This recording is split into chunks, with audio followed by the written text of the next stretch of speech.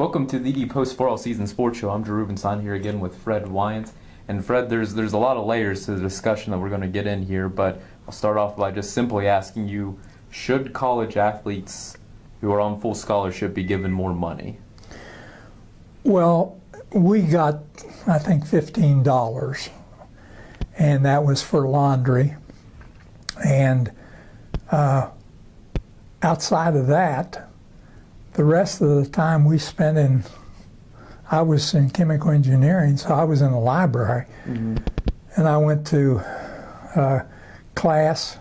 One semester I had 23 hours of chemical engineering, and the coaches never ever suggested that I needed to be somewhere at 6 o'clock in the morning or 8 o'clock in the morning, or that I needed to come in the evenings, which allowed me to do my studying and do that.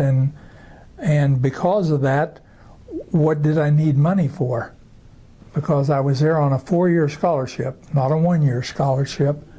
And so consequently, what happened was that my time was already spoken for. No, that's interesting. And so, I mean, when you look at what your scholarship covered, I mean, it always covered tuition, fees, where you lived, food. Was there ever any worries about where you're going to eat? Were you ever hungry? Did you ever want more money than, to be able to buy food, or did you feel like all of your needs were taken care of? I think they were, because we had, like, pop and candy bars were a nickel and a dime. And most of us worked in the summertime. Mm-hmm. And some of them, the fellows even that were married, even worked during the year.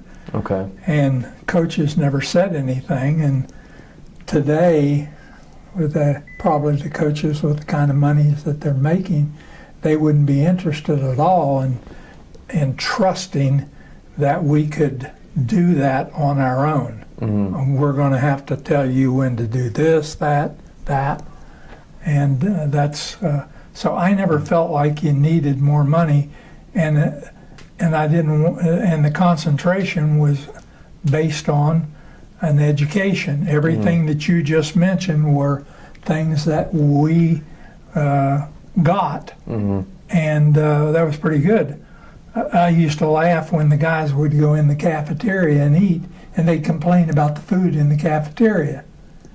And it would be a hot breakfast, a hot lunch, and I never had a hot lunch or a hot breakfast in my life at home. You had Wheaties in the morning, you had peanut butter and jelly sandwich or peanut butter and ketchup at noontime, and you had a warm meal at night. Mm-hmm. So it was good if you were fair. Mm-hmm. And obviously you were able to balance academics with football, and whereas nowadays I think the argument that you would hear from a lot of college student athletes who believe that they deserve more money is, one, the amount of revenue that universities make off of college athletics and how that's raised over the years. And secondly, you were mentioning your schedule and how you were able to balance academics and athletics, and the coaches were very understanding. And I think a lot of college student athletes nowadays say they just don't have time to have a part-time job over the summer to make extra money, and why wouldn't they deserve some of the extra revenue that's coming in? And plus, because they just don't have any time to make that extra money that they may need for dates, and just to be able to hang out and have a couple extra bucks in their wallet if they wanted to order a pizza and things like that. So I think that's where the conversation has shifted a little bit. When you look at all the demands and things, I guess what is the solution? Should they be given more money? Do you look at revamping the entire system and going back to what it was? Where is the solution in all this?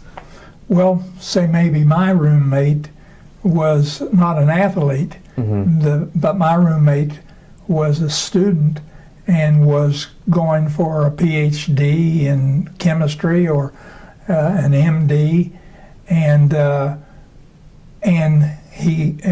they got involved with an instructor or a professor that was having great success outside of they're just teaching the classes. And should I get part of his because he was getting? I don't think. I just give me a good education and let me take care of the rest of it. And there's a lot of things like solitaire and I mean, there's just things that you can do that don't involve money. Money always created a problem. So it seems like part of what you're saying is realizing the value of that education, that you're getting an opportunity to get for free while you're on full scholarship. That's right. Part of what you're going back to. Well, that was everything, because that's my mother. I can remember one time my mother called Coach Forum on the phone and asked him to come down. This is after I'm already on scholarship. And she said to him, Coach, she said, what if Freddie needs help? And he needs help with his studies. And he said, then we'll get him a tutor. And he'll have all that. So you had all those things going for you. And it's hard to replace that with money that you can spend and get rid of. Right. No, you make a lot of interesting points, and appreciate your time once again, and kind of comparing how things were to where they're moving now, and we'll be back again. And please continue to check thedpost.com for the latest on West Virginia athletics, and please also feel free to send questions to me and Fred for our shows. You can reach us by email or by phone, and we'll discuss the questions in one of our upcoming episodes. Thanks a lot for watching today.